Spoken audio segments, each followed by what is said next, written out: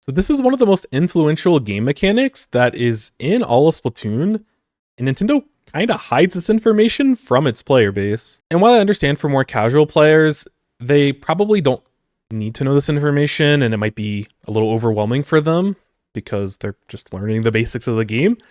For more competitive players and experienced players, this is very crucial to how you play any of the 4 ranked modes. So if you go to the rules section of the game, which if you didn't know this existed, you're not alone, Nintendo does vaguely talk about it as this comeback mechanic. And while that can be true in some of the modes, a lot of the times it's actually a snowball mechanic for the team that is already winning the match. So I'll stop beating around the bush. This mechanic is passive special charge. What is passive special charge? Basically, when a certain criteria gets met with the objective, either one team or the other team, and this includes every member of the team, will get this passive special charge. It only goes to members that are currently actively alive. If you get splatted during that period when you are respawning on the map, you will not receive this buff. When the match starts, neither team will have this buff applied, but once one team has done the objective, that buff will be online for the remaining duration of the match. While this number is fixed, it does have different values depending on the mode and depending on the current situation in the match. As a rule of thumb, I like to give, it can be anywhere between 10% to 25% of your special gauge being filled by itself every 10 seconds. So why does this matter? Ultimately, it is free special charge. While Splatoon often gets this reputation of being a very fast-paced game, a shooter game, an action game, ultimately it boils down to a trading of resources. And so when you're going back and forth and trading resources with the other team, having free resources is much better than not having free resources, or even worse, your opponents having free resources. So we're going to go through each of the 4 modes, and we'll be talking a lot more about the strategic side and what do we do with this information when we're playing Splat Zones or Clam Blitz, Rainmaker, Tower Control. I want to define a couple of terms before we start talking about each of the modes because I don't want to confuse anyone. Winning and losing should make sense. If the game ended right at the second, the team that is currently winning would win the match. The team that's currently losing, lose the match. The other terms that I would like to mention is retake and hold. And I use these as a substitute for something like offense and defense, or the team that's pushing and the team that's defending, because they are a little bit more accurate. I think there's a lot of implications of a team that's on offense or the team that's pushing that they need to score points. As we talk about this passive special charge mechanic, you will quickly find out that doesn't have to be the case, and that will kind of change the way that you think about the game. The team that is holding has control of the map, has control of the objective, and the team that's retaking does not have control of the objective and wants to retake control. So when I mention that certain modes are retake favored or hold favored, it is in relation to this passive special charge mechanic and will provide a buff to the team that is either retaking or holding, depending on the mode. So we'll start out with the most basic one to explain, Splat Zones. This is a retake favored mode. So the team that does not have control of the zone will receive 4.5 points per second. When the zone's neutral, when neither team is currently scoring, that can be when the zone's contested, that can be in like a 2-zone map if one team has control of one zone and one team has control of the other zone. Passive special charge will go to the team that's currently losing, and it'll be at a lower rate. In this case, 1.5 points per second. So the important thing to note here is that the team that is retaking is going to get their specials faster on average. If you don't see an opportunity for a fight to retake that you like, play patient, wait for your teammates to get special or paint for your own special.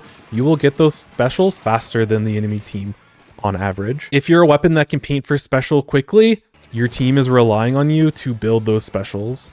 If you are a backliner or maybe a frontliner, a blaster, something that doesn't paint very well, sometimes you need to play patient and trust that your teammates are going to get specials that you need to be able to play off of and win the retake fight back and have control of zone. Next, we're going to talk about tower control. This mode is actually favored for the team that is holding control of the objective. So if your team is in control of tower, you get 4.5 points per second of this buff. And if neither team has control of tower and it's in neutral, then the team that is losing will get 2.25 points per second of special, so half of that amount. So zones was retake favored and tower control is hold favored.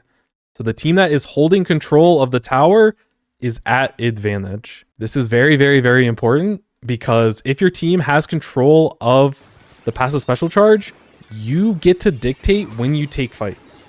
If the tower is pushing up too fast for you, you can jump off of the tower, back up a little bit.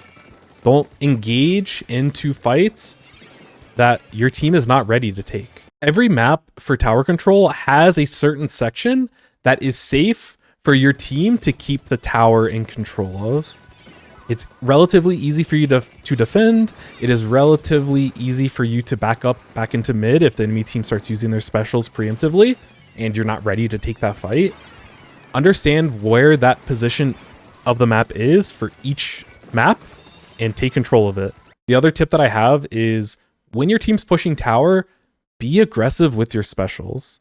You'll get them back faster. You don't need the perfect Trizuka or the perfect bubble. You get your specials faster than the enemy team by a significant rate. This is the mode that passive special charge is at its highest, this in zones.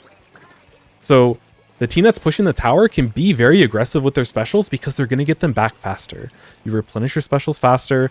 Don't be afraid. Be bold.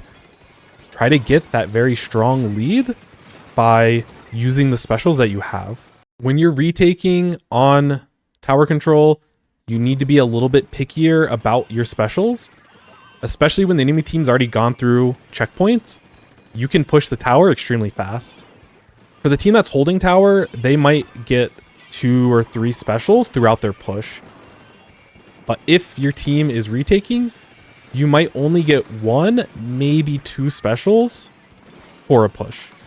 So it's really important when you're retaking tower that you make your specials count. Next mode is Rainmaker. This is a retake focused mode. So the team that's not holding the Rainmaker will get this buff at a rate of 3 points per second. If neither team is holding control of the Rainmaker, that buff will still be at 3 points per second, but it'll go toward the team that is currently losing. So the most important thing with Rainmaker as a mode is that when you pick up the Rainmaker, you're on a clock.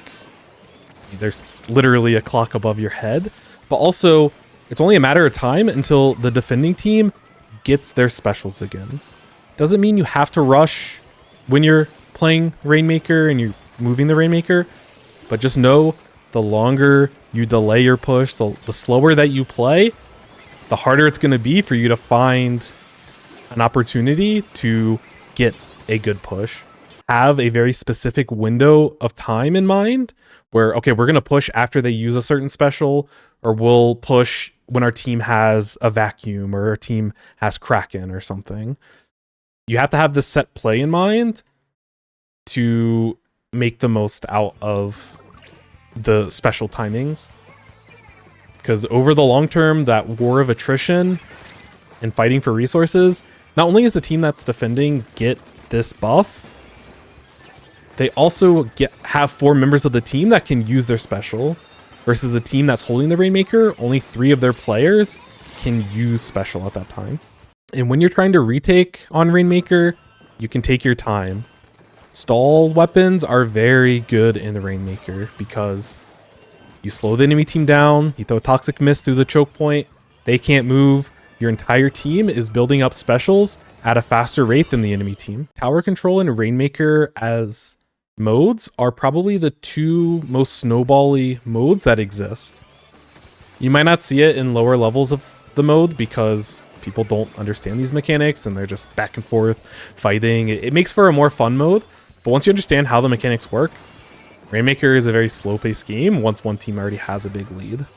The last mode we'll talk about is Clam Blitz, which is really, really interesting as a mode for how this passive special charge mechanic works. I wouldn't really say it is retake or hold favored like the other 3 modes. This mode is losing team favored generally, but there's interesting caveats to how the rules work where it can be favorable for either team at any moment of the match. Passive special charge in Clam Blitz is determined by which team is holding the power clam. This doesn't include the pity clam that's sitting in your base after you get scored on, or if you make a power clam and you just throw it on the map.